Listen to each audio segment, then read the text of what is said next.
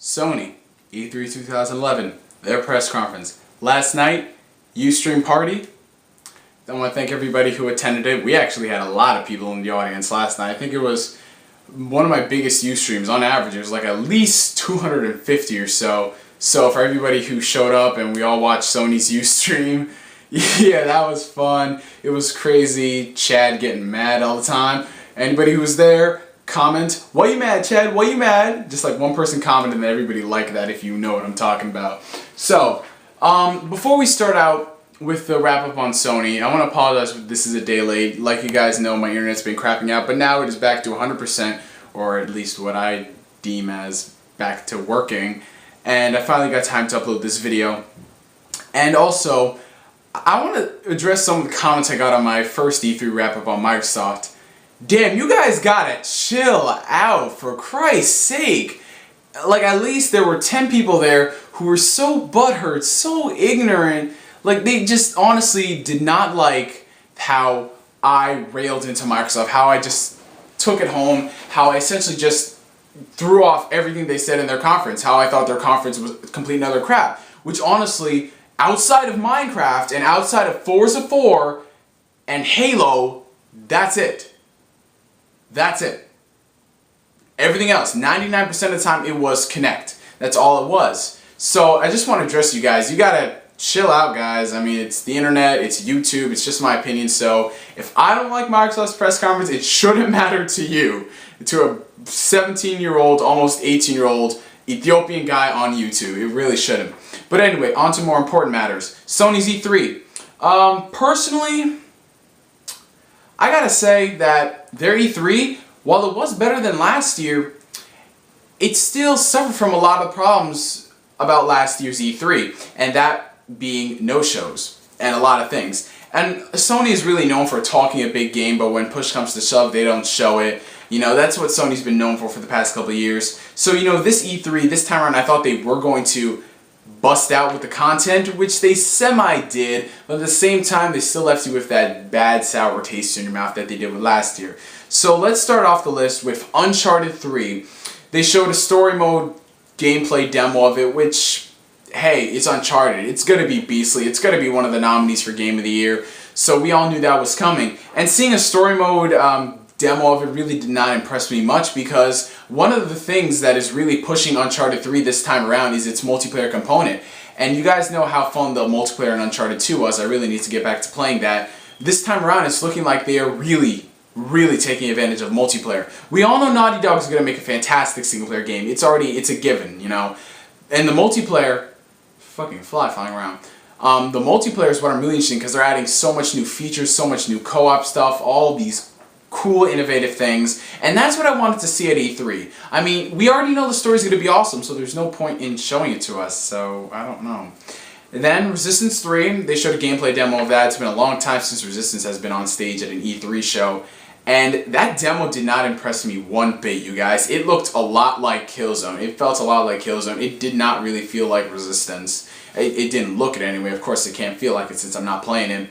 But Resistance 3, it's going to be playable with the PlayStation Move. And another part of Sony's press conference was more of an emphasis on 3D games and Move. But the thing is, they didn't ram it down your throats like Microsoft did 2 years in a row with Kinect. They didn't do that. Sure, they talked about it like Move, oh, we shipped this many copies and stuff. But after that, they talked about games. You know, in the first 5 minutes, that little montage video Sony had, they essentially showed what Microsoft didn't have. Games.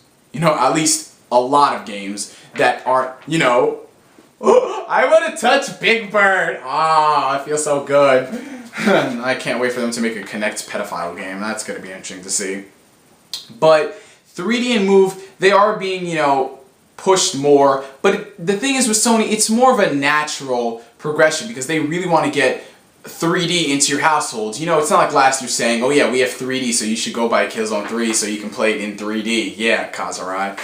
But the things they're doing to get 3D into the households are great. They're giving you more options for 3D, like this amazing bundle. A 24-inch 3D ready 1080p TV, a pair of 3D glasses, Resistance 3, and I believe a PlayStation Move bundle with the sharpshooter.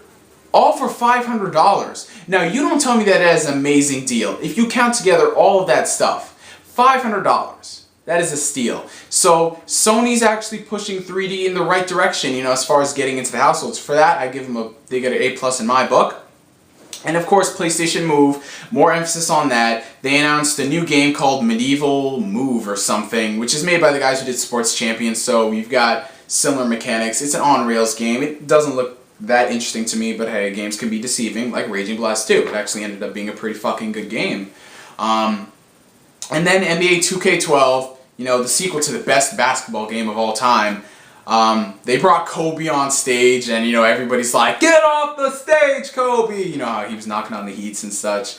And Kobe, honestly, he failed at that demo. It was hilarious. I mean, what is it with bringing these rappers and athletes on stage? You don't know what the hell they're talking about. Video Game Awards, Tony Hawk, anybody? So they showed off more Move with NBA 2K12, which looks pretty great. You know, I'm gonna get 2K12. I still need to get 2K11. I've been fiending off my friend. We've just been playing it all the time. I have to get my own copy of it.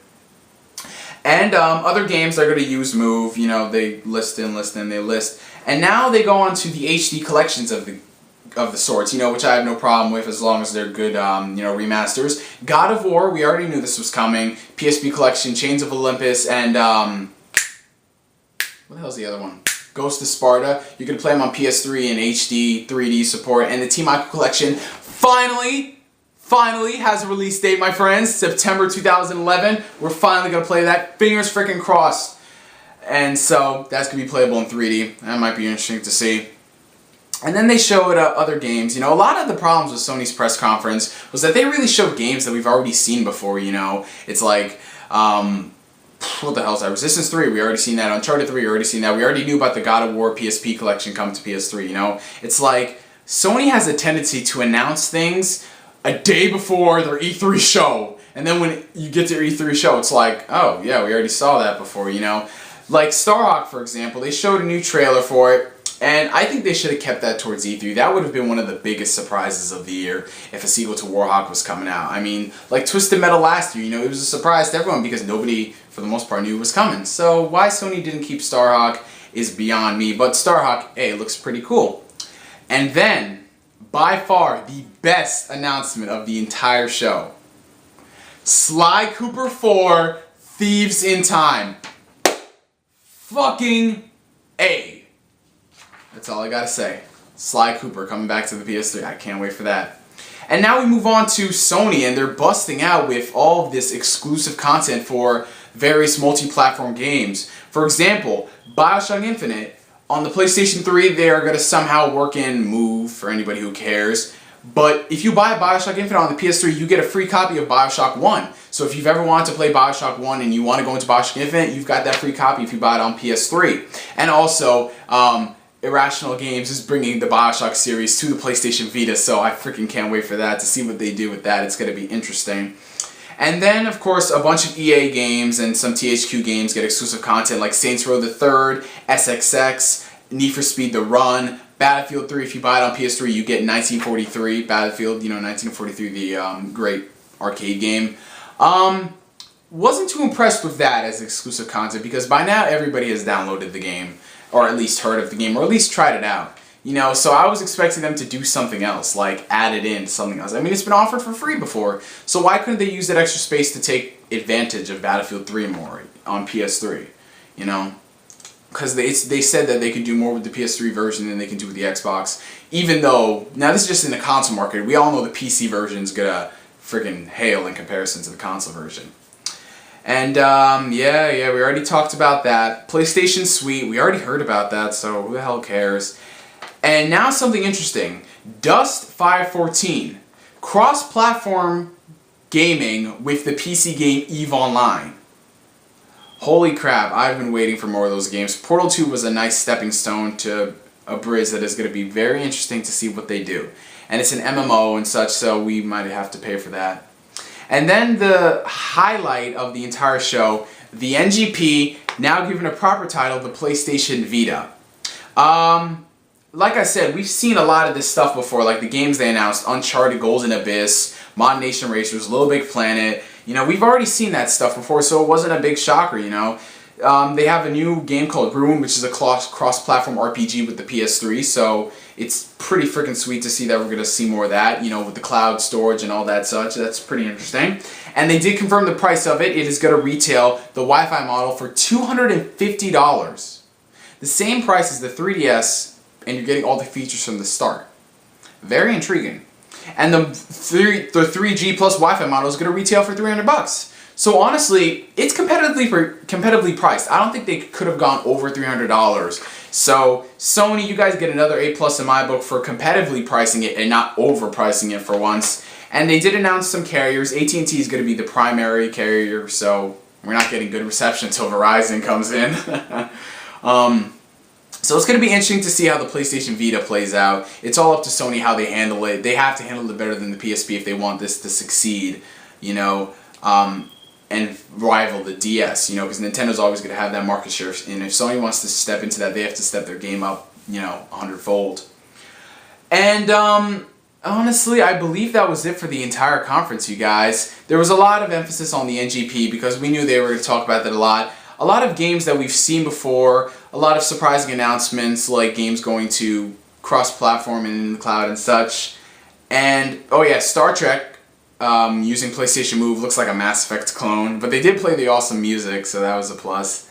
And yeah, so Sony's press conference, it was decent, you guys. I'd say it's an average Sony press conference, you know. I don't think it was as good as their other showings of years before, you know, like before 2010, but it was still pretty decent. But then again, another problem is that there were a lot of no-shows for this. Like, where are all of the RPGs? Where are all the Japanese games, for example? I mean, where's Last Guardian? Where's Final Fantasy Versus 13?